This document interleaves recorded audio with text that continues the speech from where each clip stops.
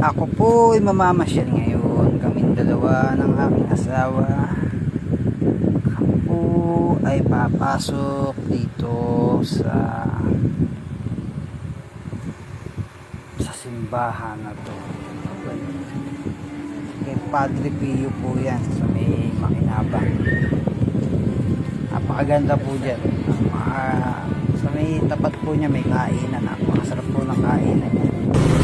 At umalis na po kami. At kami po ay ginabi na. Ayan. Wala kaming maparking na. Kaya po kami ay umalis na ulit. At nauhaw po ang aking maganda at sexy asawa. Ayan, humingi po sa akin ang maligamgam na mineral water.